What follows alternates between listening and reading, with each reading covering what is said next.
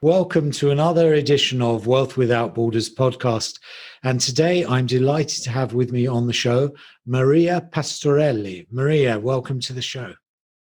Thank you, Howard, for having me. I'm very happy to be here. And we're happy to have you. Whereabouts are you in the world and what's the weather like today, Maria?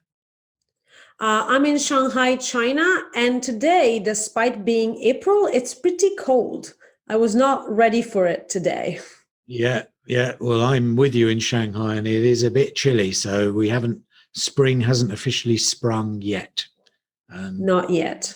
So for those of you who don't know Maria, she's lived in China for the past 11 years now, and 10 of those years have been spent in the coaching and training industry. She's worked with literally hundreds of individuals with all kinds of diverse backgrounds.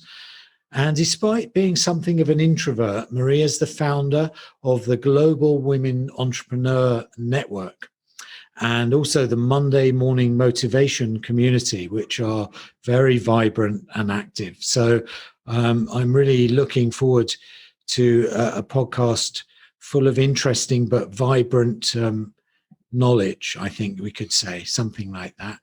And what's the podcast title today? So today we're talking from overwhelm to clarity. Great. From overwhelm to clarity. So we're going to manage all of that. 8 questions in 8 minutes. Are you ready for that challenge? I am. Let's do it. Fantastic. So 8 minutes to go. Question number 1. Who is your ideal client, Maria? So I work with professionals, business owners, people who value effectiveness, but are struggling to get things done in their own terms. So I work with them when they feel that they are not doing exactly the right things. Okay, great. 7 minutes 35 to go.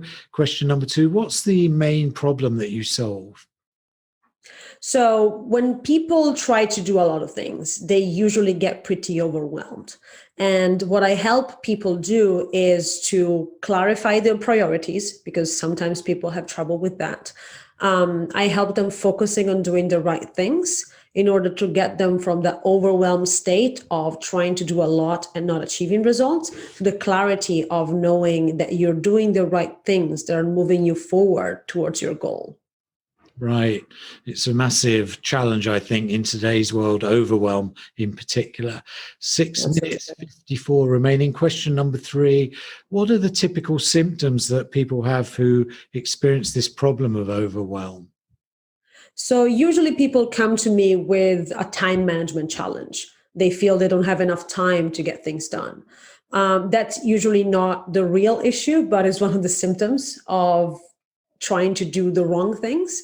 So lack of time, general stress, feeling overwhelmed, feeling like you're spinning around, like things are spinning around in your head, or you're running around like a headless chicken trying to get everything done, but not achieving what you would like. Some people come to me with the early onset of like a burnout of like having enough, and then trying to find a solution of how to walk backwards. Right. Well, I can relate to that. Hands in the air. I guess many of us have been all been there, like me included. Right. 5 minutes 55 remaining. Question number 4. What are the common mistakes people make when they're trying to overcome the problem of overwhelm? So I like to think that people are usually pretty smart, but in a state of overwhelm, our survival instinct kind of kicks off.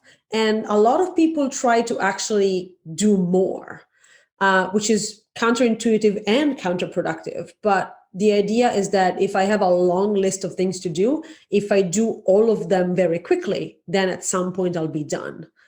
And that it's not how this works. And it definitely doesn't help with the idea of being overwhelmed. But a lot of people are trying to accelerate their to-do list or their tasks and trying to get more done, which unfortunately doesn't really help. No, so they're going in precisely the wrong direction, in fact. So 5 minutes remaining. Question number 5. What's one valuable free action that you can point the audience today that they can implement that will help them to solve the problem of overwhelm? Well, so just because a lot of people try to go in the direction of doing more, My suggestion is go on the opposite direction and try and do less, which feels extremely difficult to do, especially if you're in a high performing environment, whether that's from your company or just standards set by yourself.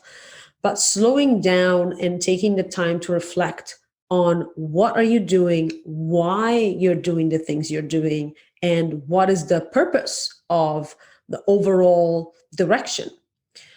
That is extremely valuable. And how do you do that? Well, there's a lot of ways to make the time, but the easiest way is to learn to say no. Right. Learn to say no to the things that are not crucial and vital for a couple of days. So whether you might feel extremely uncomfortable doing that, making the time by saying no to social events or some unimportant and non-urgent tasks can give you that block of time to work through some of the key issues of like being overwhelmed. Fantastic. Great advice there. 3 minutes, 30 remaining. Question number 6. What's one valuable free resource you can direct people to that will further help them with that problem of overwhelm? Right. A couple of weeks ago, I gave a talk with the Motivate Shanghai community that is called From Overwhelm to Clarity. We dive a little bit deeper on the questions I just mentioned. Why? What is happening? What does overwhelm feel? How does clarity feel? And it's about an hour-ish, and it's on YouTube, and we can share the link with the audience later. Oh, fantastic. Great. We'll put that link into the podcast. Thank you so much for that. And 2 minutes, 50 remaining. Question number 7. What's one concept or book or program or talk that you feel has been particularly influential to you, Maria? So last year I was locked out of China for about 7 months. And I had 2 things that really helped me get out my overwhelmed state. One was a book called The One Thing, which has been extremely helpful for me because it really helped with focusing on what to do. And the second thing was watching a lot of Dandapani videos on YouTube. He's a Buddhist monk who talks a lot about attention and focus.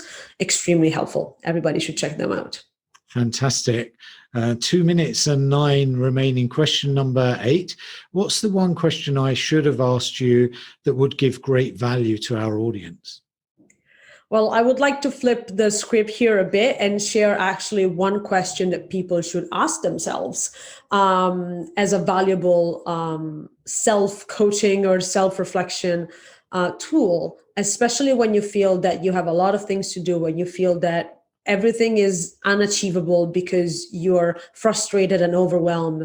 One of the questions, and it's not mine, it's from the book I just mentioned, The One Thing, is called the clarifying question. The question is, what is the one thing that you can do so that by doing it, everything else is easier or unnecessary? And I found that it's a great question. It can be applied both to an email list, friend's decision, or a business strategy. It's a very helpful question to stop and review and understand how to make your life easier. Because you can do that. Sometimes we choose not to. Fantastic. Well, we've got 53 seconds remaining time just for one bonus question. What's the biggest lesson you take from someone transforming from overwhelm to clarity? I think that is the biggest thing that I notice in a lot of the clients I work with is how valuable it is to find clarity. And sometimes how simple the answer is, but it's not easy to get there because we are told that being busy is good. And so doing more is always good. And I don't agree with that. So sometimes stepping back is the answer. It's simple, but not easy to do. Right. That's great. Thank you so much. You're one of our rare guests who's come in with a bonus question, and in a super clarifying way, you landed the plane of helping our listeners. So thank you so much for that, Maria. Thank you for having me. And I'm happy I get to do something that I preach also. Fantastic. Many thanks for checking out Wealth Without Borders podcast. I'd love you to head over to iTunes, subscribe, and leave us a review. And if you'd be kind enough to do that, I would really appreciate it. And then if you want to know more about what I do, check out wealthwithoutborders.net.